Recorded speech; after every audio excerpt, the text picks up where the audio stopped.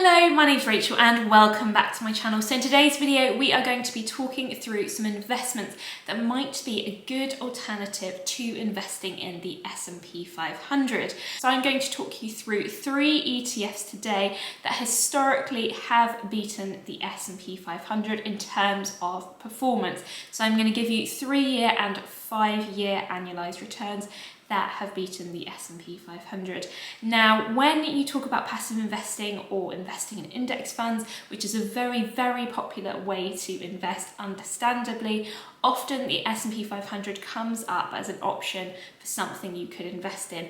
And it is a great investment choice, but I just wanted to cover some alternatives that might be worth considering, either investing in as a standalone investment, or if you're already holding the S&P 500 and want to add some more ETFs to your portfolio as well, could work very, very well. So 2 of these investments I will be adding to my own personal investment ISA in the new tax year, and then the other investment is actually one I'm already holding on to and may add to my position in the next financial year as well. As I said, I'll be using the S&P 500 as my benchmark here, and I'm going to specifically be using Vanguard's VUSA or VUSA as the benchmark. So it has performed exceptionally well in the last 3 years. The annualized returns were almost 19% at 18.96%, and the 5-year annualized returns are 14.70%, which is fantastic, particularly for an ETF. So you probably already know, but just in case, the S&P 500 seeks to track the performance of the top 500 companies in the US.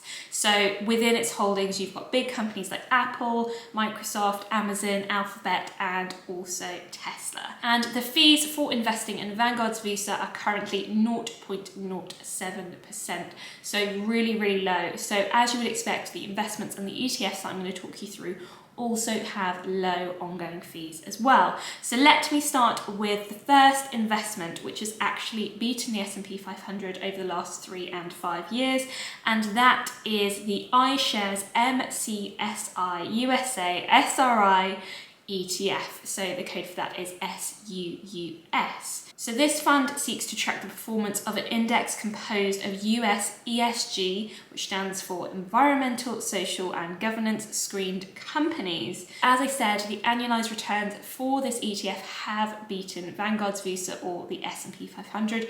So the 3-year annualized returns are 22.04%.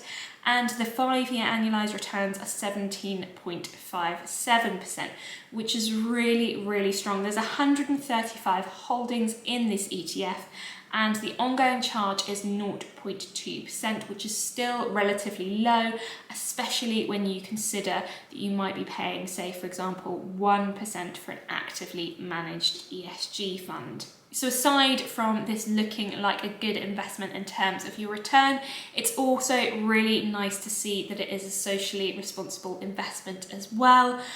So yeah, overall, I really like that, and I will be adding it to my investment ISA in the next financial year. Okay, so the second investment that I want to talk to you about is the iShares S&P 500 information technology sector. So strictly, this is sort of owning a slice of the S&P 500, just not the whole S&P 500. So within this ETF, you actually have 75 holdings. Obviously, they're coming from the S&P 500, but they are specific to the information technology sector. So this ETF has performed exceptionally well with 3-year annualized returns of 30.07% and 5-year annualized returns of 25.12%. The ongoing charge for this investment is 0.15%, which again is very, very low. As I said, there's 75 holdings within this. What might put you off this investment is that you might prefer to be invested in the S&P 500 as a whole rather than just the 75 investments that this one holds.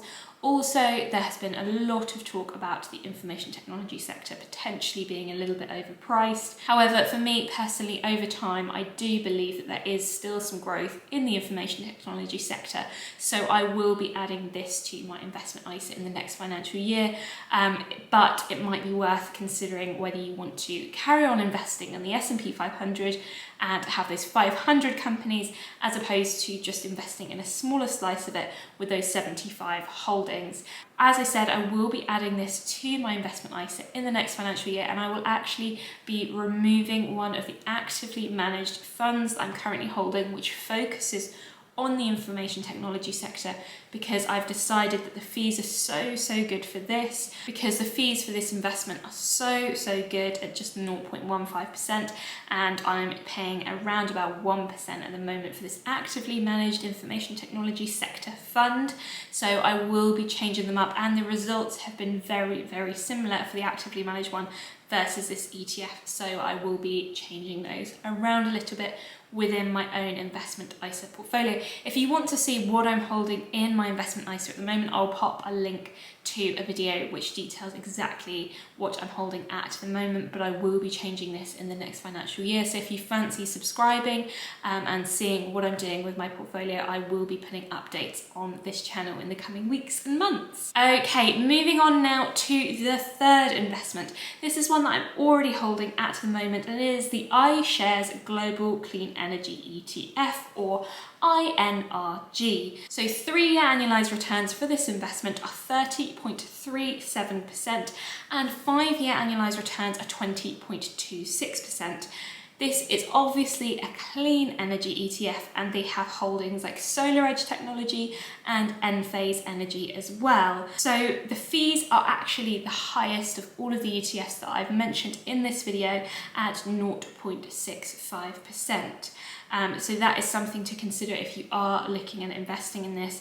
There are currently 75 equity holdings within this ETF, so none of them have that high level of equity holdings, those 500 that the S&P 500 has.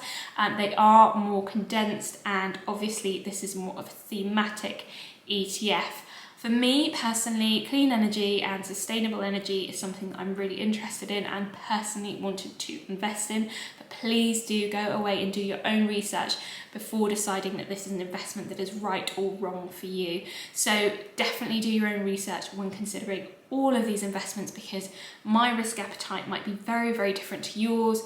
What I'm trying to do with my investment portfolio might be very different to your goals too. So please always do your own research and make sure you're completely confident in making an investment before you do. All that being said, I think ETFs are a fantastic way of getting into investing, because you are owning those basket of investments rather than having to go away and pick individual stocks and shares, which I think is personally fantastic and a really nice way of investing passively. So I will certainly be adding more ETFs to my portfolio in the coming year, and also getting rid, as I said, of some of the actively managed funds that I'm currently holding. Some of them I'll certainly be holding on to because they have performed so well for me. But as I said, I'll be adding in some extra ETFs as well. Thank you so much for taking the time to watch, and I'm so sorry there's been such a gap in my videos. Just had one thing after another happen, but I think things are back on track now, so I will be uploading weekly again now. So thank you so very much for watching, and have a really lovely day. Bye bye.